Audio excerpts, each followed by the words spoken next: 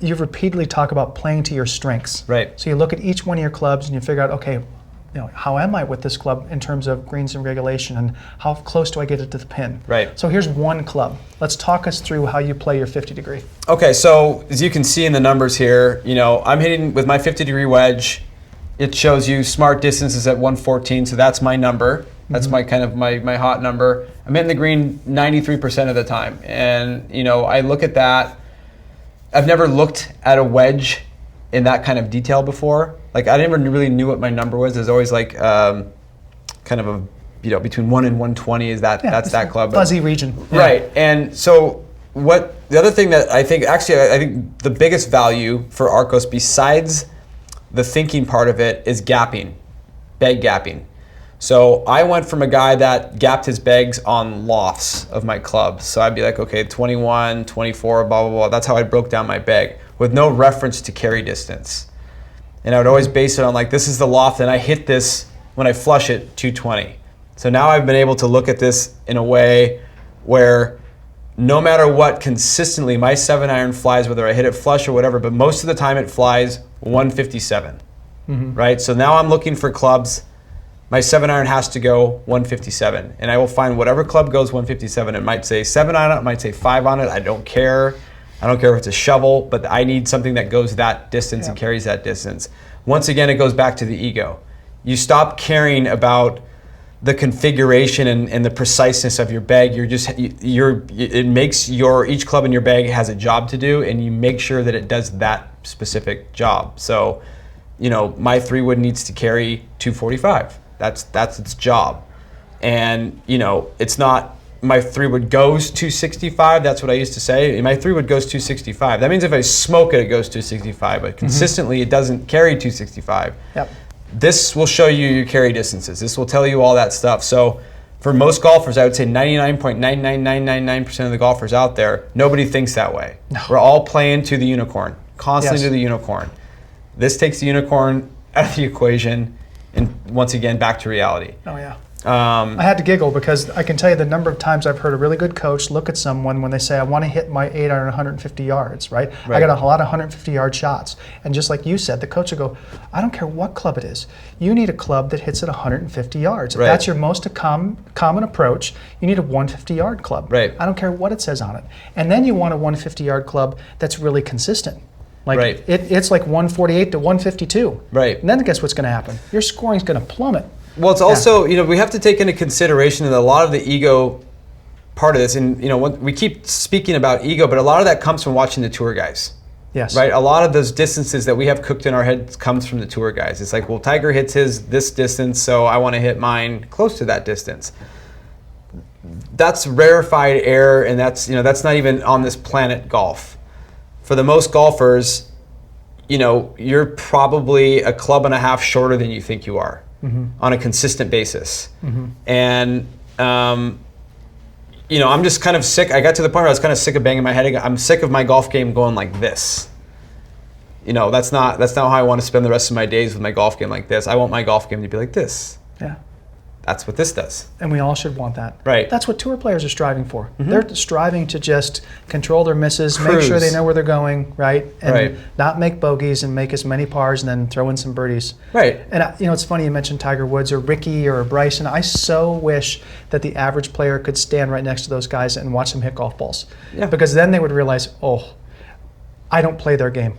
I can stop worrying about hitting it like they do because they're the best golfers on the planet. Right. And they hit it in ways that we can never imagine. I mean, you were an extremely good player, and you stood next to those guys. Yeah, it's not the same thing. What's it feel like? No, it's not the same thing, and it's not supposed to be. Like I'm not on the PGA Tour.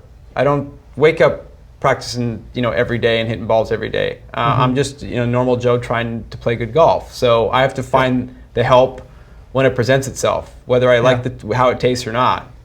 Help is help. So, I mean, and truth be told, like talking to Claude Harmon once again, his guys use the app, like in one way, shape, or form or another. Like either if it's the PGA Tour shot link, yes. But that data that they use on that is the same data we're getting here, and they track these numbers just like we're tracking this right here. That's how they make decisions on what they're going to work on is on the same data that this is giving us here. Same, you're right, the exact same data.